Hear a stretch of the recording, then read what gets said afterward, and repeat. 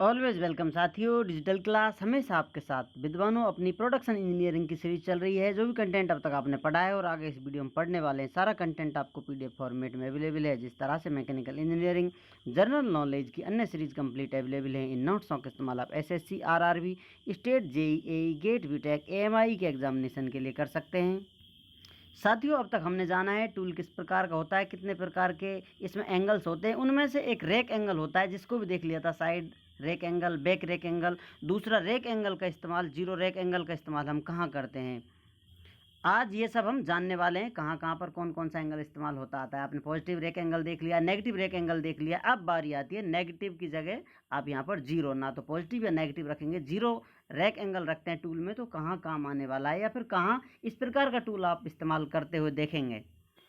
उससे पहले साथियों, एक इम्पोर्टेंट बात आपके लिए मैं बताना चाहता हूँ। ज़िंदगी एक रंगीन है अपने आप में, इसमें सारे रंग आते हैं, ऊपर नीचे उतार चढ़ाव आते हैं। अच्छे से अच्छा, बुरे से बुरा देखने को आपको इस ज़िंदगी में मिल सकता है, लेकिन वही ज़िंदगी नहीं हो सकती। ज़िंदगी का हिस्सा हो सकता है, ज़िंदगी उसके पास से साइड होते हुए गुजर जाएगी और उसकी मंजिल कहीं और होगी। पता नहीं कब समय स्टार्ट होता है, कभी ख़त्म हो जाता है। तो अपने आप को हर स्थिति में, हर परिस्थिति में संभाल के आगे बढ़ते रहें, ज़िंदगी जीते रहें, इसके सुख दुख का आनंद लेते रहें। और किसी एक ही चीज़ को अपनी ज़िंदगी मानकर अपना जीवन बेकार ना करें, क्योंकि ज़िंदगी में बहुत सारी चीज़ें आपकी आएंगी और चली जाएंगी। तो अपने आप को इतना डिप्रेशन में ना लेके जाएं, ना ही कहीं दबाव फील करें। जैसा भी समय है, धीरे धीरे सब गुजर जाता है, अच्छे से अच्छा भी, बुरा से बुरा भी। और आप उस कठिन समय से संघर्ष कर लेते हैं तो ज़रूर ही आपकी ज़िंदगी कुछ समय बाद बेहतरीन हो सकती है। क्योंकि दुनिया में जो भी कुछ हो रहा है, मेहनत का ही फल उसे बाद में मिलता है। तो आप प्रयास करते रहिए, अपना गुजर बसर जैसा भी है चलाते रहिए, बेहतर के लिए प्रयास करते रहिए। एक दिन आपका वो चमकता हुआ ज़रूर सामने आ जाएगा आपके।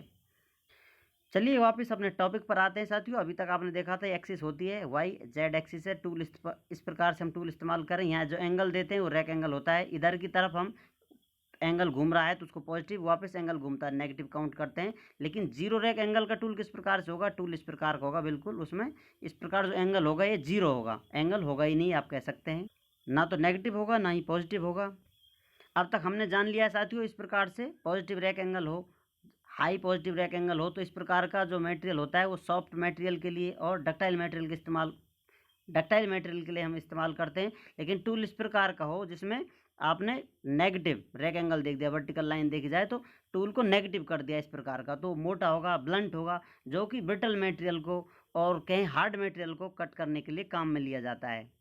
लेकिन अब इसमें चेंज आ जाता है, बदलाव आ जाता है। मटेरियल आपका कहीं कहीं हार्ड हो सकता है, कहीं कहीं डक्टाइल होगा, और ये कॉम्बिनेशन चेंज हो जाता है। डक्टाइल मटेरियल है, सॉफ्ट है, सॉफ्ट की जगह हार्ड हो जाता है, या ब्रिटल मटेरियल सॉफ्ट मिल जाता है कहीं। तो इस प्रकार के कॉम्बिनेशन आपको देखने को मिलेंगे मटेरियल्स में। आगे हम जानेंगे कौन सा मटेरियल किस प्रकार का बिहेवियर करता है। अभी यहाँ भी कुछ हैं आपके लिए एग्जाम्पल, उनसे आप समझ सकते हैं। जैसा कि ब्रास है, अब यहाँ पर ब्रास की प्रॉपर्टी किस प्रकार की है, डक्टाइल है लेकिन हार्ड होता है।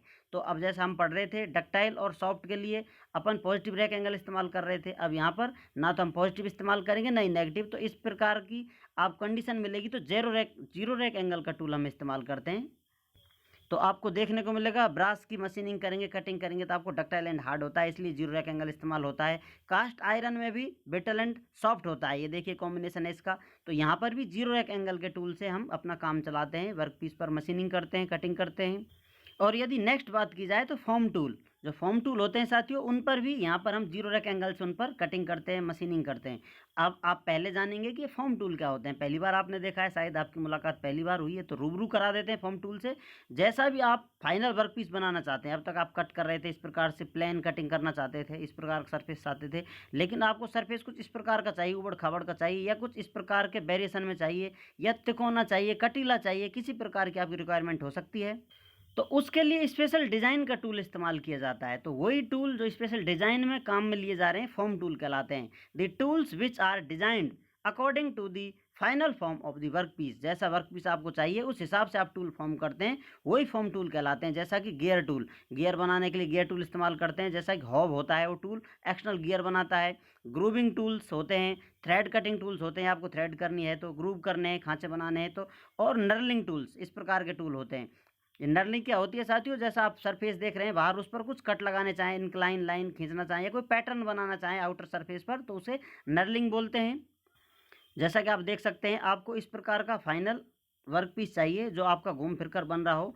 तो अब इसको आप कटिंग किस प्रकार करेंगे, तो टूल भी आपका कुछ इस प्रकार का होगा, इसमें जो घूम रहा होगा और इसको धीरे धीरे घिसता रहेगा, इस फॉर्म में ला कर दे देगा। तो ये जो टूल होगा ये फॉर्म टूल कहलाएगा।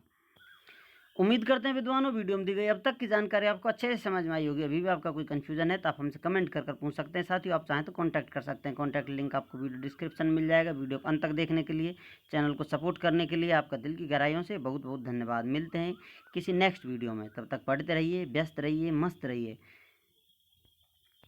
वीडियो को अंत तक देखने के लिए, चैनल को सपोर्ट करने के लिए आपका दिल की गहराइयों से बहुत बहुत धन्यवाद। ज़िंदगी जीते रहिए, इस हर रंग का जो ज़िंदगी आपको दिखा रही है उसके ज़िंदगी के हर रंग का आनंद लेते रहिए। अच्छा है तो भी, सुख में कटे या दुख में, जीना तो हर हाल में होगा।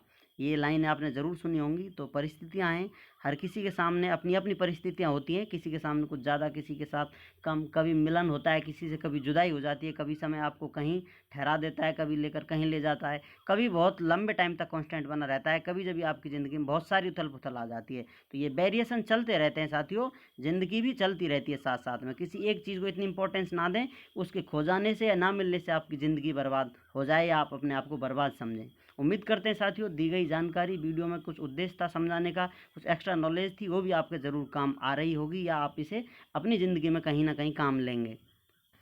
वीडियो को अंत तक देखने के लिए, चैनल को सपोर्ट करने के लिए आपका एक बार फिर से बहुत बहुत धन्यवाद। जय हिंद, वंदे मातरम।